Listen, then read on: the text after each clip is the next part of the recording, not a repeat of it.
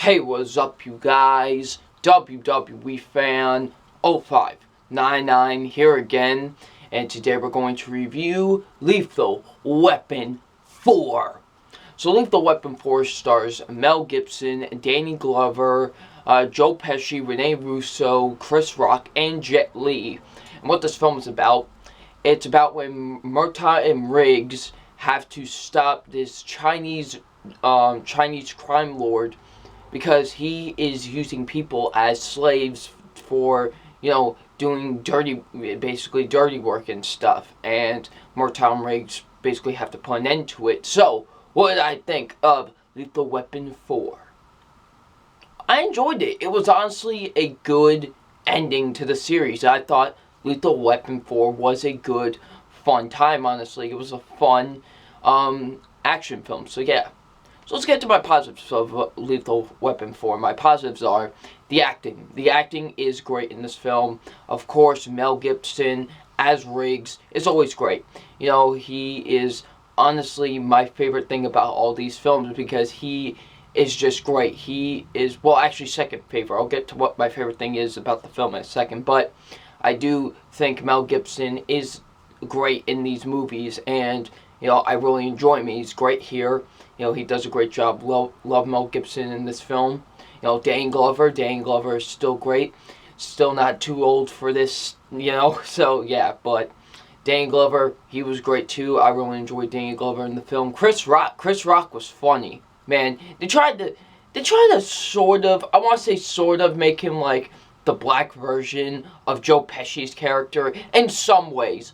And honestly, he's much better, and he does a much better job than Joe Pesci. So yeah, Chris Rock, I thought he was hilarious throughout mostly the entire film. Jet Li was great as the villain. He was definitely great as the villain. I thought he was the best villain since the first movie, because 2 and 3 had some not great villains. Their villains were, I won't say bad, but they were just mediocre villains. But here, Jet Li was great as the villain, and he did a really good job. He's silent but deadly. He does speak in the film, but he's mostly silent but deadly. So yeah. The action's great. I love the action with the film. Some incredible action, in my opinion. I do love the action with Lethal Weapon 4. Some great action. And what is my favorite thing about all these films is the chemistry between Murtaugh and Riggs. It's still there. You feel you feel like they have a real friendship with each other. Throughout all 4 of these films, you really feel like they do have a friendship. And Mel Gibson and Danny Glover do a great job with that. So yeah, I just love the chemistry between the both of them. You can really tell there's a friendship there. Like I said, the villains were great. Definitely, like I said, the best villains since the first movie. Awesome. Definitely had some great villains. The writing is really good for the most part. I thought I had some really good writing.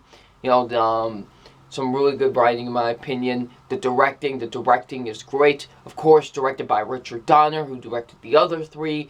Man, I love the fact that Richard Donner came back to direct all 4 of these films, because, maybe after even the second film, the director would drop off of the film and they bring in new directors. No, Richard Donner stick to all 4 movies, and I love that. So yeah. And he does a great job directing Lethal Weapon 4. The pacing is really good for the most part, honestly. This movie's 2 hours and 7 minutes, and, for the most part, flies by. It flies by for the most part, and, that's great, so yeah. Now, my only negatives that I do have with Lethal Weapon 4, my negatives are, some of the acting is not too great. Like,